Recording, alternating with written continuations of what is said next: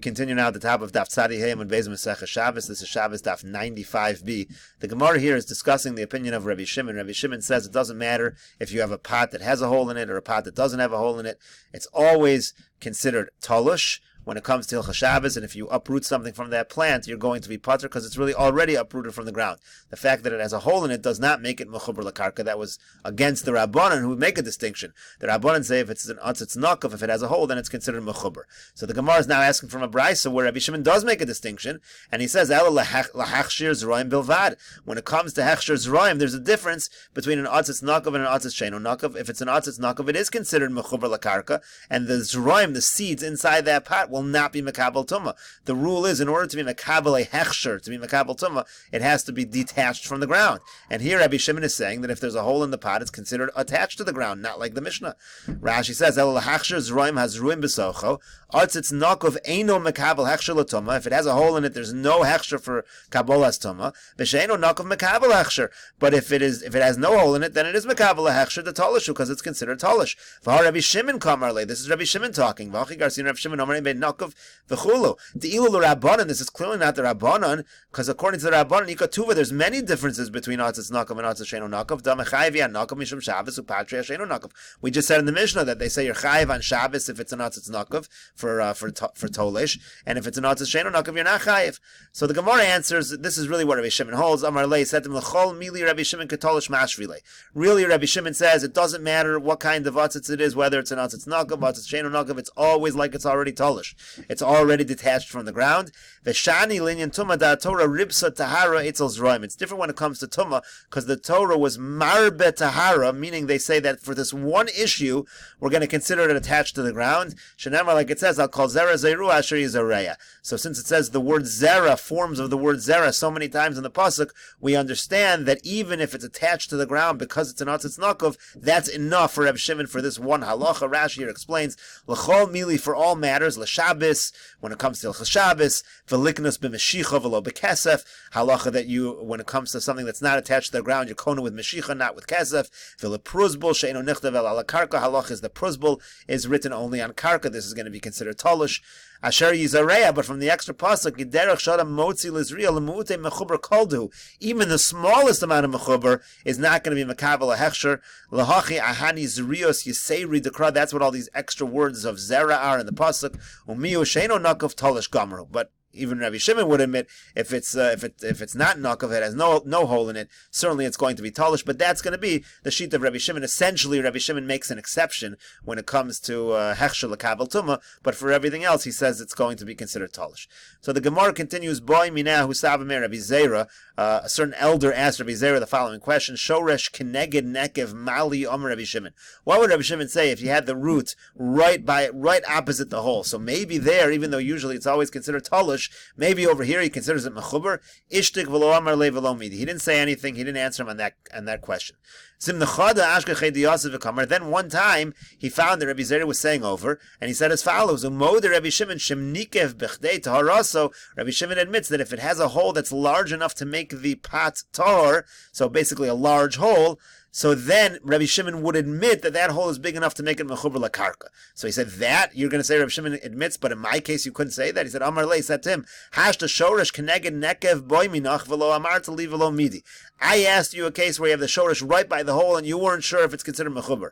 Nike bechdei tarasumi boy. Now you're telling me that when it comes to having a large hole, but the root's not opposite the hole, that already you're saying that it is mechuber. It's very strange. If the first case wasn't mechuber, this case should for sure not be mechuber. Even if the first case was a suffix, this case should for sure be a suffix or should for sure not be mechuber.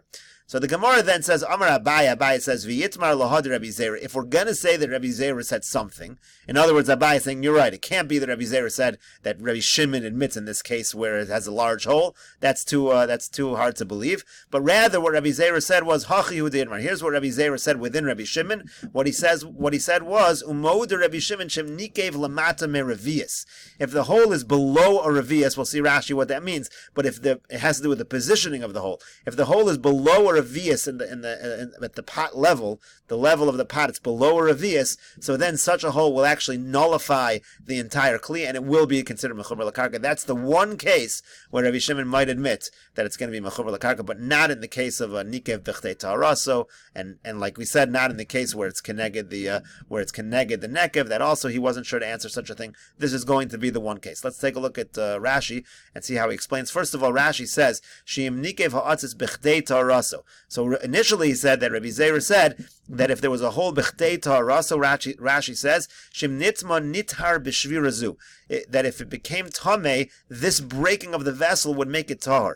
If a kli breaks, it can become tar because it's no longer a kli. What is that size? V'hainu kimotzi zayis. That is the amount that an olive can fit through. The Tanakh Meseches kelim kli cheres ha'asui la'ochlin. If you have clay vessels, shiuro kazesim. The shir is a kazayis.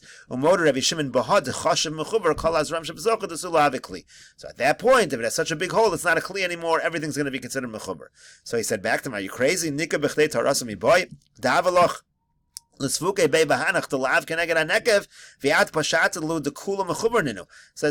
should have had a suffix. Here you're saying that he's saying you should have had a suffix at least when you have zeroim not opposite the hole. You should have had a suffix, and you're saying it's all considered mechuber lakarka. I just asked you when it's connected the nekev, you weren't sure, and now even the zeroim that are not connected the nekev, just because you have a sort of large hole, you're so sure that it's mechuber. So they changed what he said. You're right. If Rabbi Zera said that Rabbi Shimon admitted that something was mechuber, here's what he would have admitted: Shemnikev lamata miravias she'eno machzik revias min hanekev ulamata. Means the hole is in a place where if you measure the pot from the hole down to the bottom of the pot, it's not even going to hold a revias. Basically, the hole is very low on the pot. Because at that point where the hole is, it's not a kli anymore, because you're going to try to fill up this kli with something, and everything's going to fall out below a revias. It's too small essentially. So they can't even hold enough to be considered a kli. That's the one case where he might admit. Okay, so if it's nikev lamata miravias, it can't hold a revias, that's not going to be a kli. Perhaps Rabbi Shimon says that's going to be considered mechuber lakarka. So now the Gemara continues along the same lines. The Gemara says, Amar Rava says, Chamesh midos b'chli cheres. There are 5 measurements when it comes to kli cheres, and he elaborates. Number 1, nikev kimotzi mashke. If there's a hole, the amount of space that liquid can get out of the kli, tahor milatame gistra. It's going to be tar if it initially was tame as a gistra, v'adayin kliu l'kadesh bo mechatas, but it's still going to be a kli as far as the din of mechatas is concerned. Rashi here explains, first of all, kemotzi mashke nekev dak ma'od shemashke yotzebo, a very small hole which liquid goes out. Tar milatame gistra kilomar im kli sholimhu eino niter b'kach. What he means to say is, if this was a full kli, that's going to be nothing. The hole's going to be nothing. It's still going to be tame. Avalim haya shever kli. What a gistra is, a broken kli. If you have a kli that's already been broken, v'haya roy l'shtamish bo d'mekabel tuma mishanishbar, but you could still use it, so it's mekabel tuma. Kedetanan hein v'karkrosein v'dofnosein yosh v'shalom v'sumachin be'lutrefas. So that is a case basically of gistra. So v'nikev shuv kimotzi mashke, and then this gistra has a tiny hole in it. Eino tamei od mishum Torah as gistra. It's no longer going to be tamei as gistra. Again, Rashi says gistra is shever kli, a broken kli. Well, the common farish time of the ein shever kli chashav latzniu mishanikev. When you have a shever kli and then it gets a hole in it, it's really nothing. V'lomer have gistra acher v'naniach tachtav l'kabel tif hanotif mizeh. You're not going to get another thing to collect the drops that come out of this kli.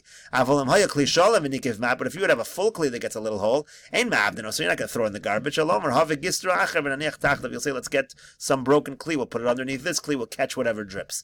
However, the Gemara said, of course, if it's a full kli, if it's a full kli, and it has a hole, a tiny hole that some liquid can get out, it's going to be considered a kli, even to the level where you can use it to be mekadesh the mechatos be'efer para. This is talking about the mechatos that they made with the efer of the para aduma that was metayr somebody who became tamei meis. Devo'inan kli roy t'chsiv mayim chayim el keli. You need to have a real kli there. It says mayim chayim el keli v'kol sheken shemekabel tuma. That's the highest level of a kli. So the point is, if you have a kli shalim and it gets this tiny hole in it, it is for sure going to be a full-fledged kli and it can even be mekadesh the mechadas. The Gemara continues, Rava continues, Nikev kekones mashka, let's say it gets a hole where liquid can get in, that's a little larger of a hole, tar mi lekadesh bo mechadas, so at that point, you are not going to be able to mekadesh mechadas, it's not going to be a full kli, v'adayin kli ulahachsher bo zraim, but it's enough of a kli that it can be separating any zraim that are in there, will be considered tolish from the ground, and those things can have a hechsher lekabel tuma. Nikev keshoresh katan, now if the hole then is enough to fit a small root, tar milahachsher bozram. At that point, it's going to be tar as far as hechsher zraim. Those things can be makabel tuma. There's zraim inside. Va'adayin kli, but it's still going to be considered a kli lekabel bozesim, to receive olives. Rashi explains what does that mean to receive zaysim. Rashi to receive zaysim. Rashi says v'adayin kliu lekabel bozesim shu shir letuma. Basically, that's the basic shir for tuma. B'chol kli cheres. When it comes to kli cheres, we mentioned that earlier. How asay laochlin stam kol zman shel yichtul rimonim. As long as this particular kli wasn't designated for larger food items like pomegranates or makabel adayin tuma, the point of the Gemara is it's still going to be makabel tuma. So even though it's going to be a kli, and even though it's not going to be a kli in terms of separating the seeds inside from the ground, and those seeds can be considered still mechubar lakarka, they're not going to have a hechsher lekabel tuma, but it is going to be a kli as far as just its own kabbalas tuma. The kli can be makabel tuma. So that's as far as kimotzi zaysim. Adayin kli lekabel bo zaysim. Now nikev kimotzi zaysim, once it gets the hole, the size of which the olives can get out, tar mi lekabel bo zaysim. It's now tar in terms of standard kalim. It's not makabel tuma. Adayin kli lekabel bo rimonim. But if you designate it for pomegranates, then it could still be makabel tuma. That could be a kli in those specific circumstances.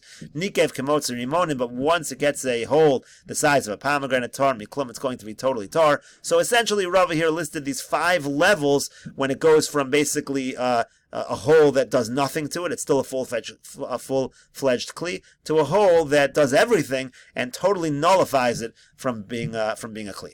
And then Rava concludes and he says, "V'im hukaf tzamid pasal ad sheyivchas rubo." If this kli that you have is surrounded by a tzamid pasal, which means it's completely sealed, then it actually, the majority of it needs to deteriorate in order to become tameh. Rashi explains what that means.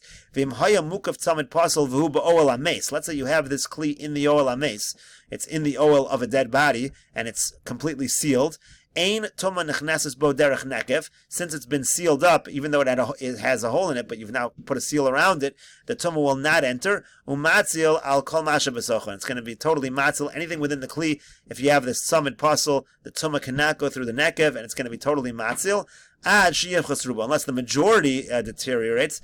And Rashi explains the chol kli pasuach ksiv. When the pasuk talks about tzamid pasal, it says kol kli pasuach asher in tzamid pasal olav, meaning derech pesach nechneses lo tuma. The only way tuma in the oel ames can enter is through a pesach, velo derech nekavav, not through holes. So the way Rashi understands this Gemara is if you have a tzamid pasal and it has a hole in it, that is never going in terms of halachas of oel ames. We're not talking about halachas of a kli being mekabel tuma. In terms of a kli being mekabel tuma, it has a hole in it. It's not going to be mekabel tuma. As we said, all the rules that we just said. But in terms of something is inside the kli, and this kli is protecting it bo'ol ames because it's a tzamid pasal, it's a completely sealed kli. So in such a situation like that, these holes are not going to allow the tumah in, because the halach is you need a pesach. The only way that the tumah can get in through this kli to get to the item that's in the kli. Again, we're not talking about the kli itself at this point. We're talking about the item in the kli.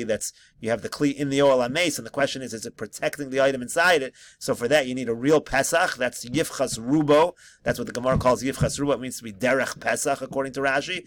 But a hole is not going to be enough. Even these various holes which we mentioned, that's not going to be enough. It's still going to be matzil in the oel hames. So the Gemara now continues. Amar Rav Asi says, Shamati klicheres shiuro kimotzi rimon. I heard that when it comes to klicheres, the shear is kimotzi rimon, pomegranates. Now, we just had a whole discussion about this. It's only true by a kli that's designated for pomegranates. What's he talking about? So Amar le Rava, Rava said back to him something even more confusing. He said, Shema lo shamat ela b'mukaf tzamid pasal. Maybe what you're talking about is tzamid pasal. You're talking about when you have a kli that's protecting something inside it, then if there's a hole the size of a rimon, it's no longer going to protect. Now that completely contradicts what Rava just said. Rava is the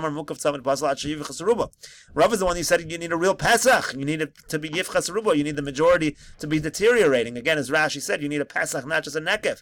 So Rava is contradicting himself. So the Gemara says, lo kash, it's not difficult, and we'll see how the Gemara tries to resolve this question in the next video on Daf Tzadi Vav Amud Aleph.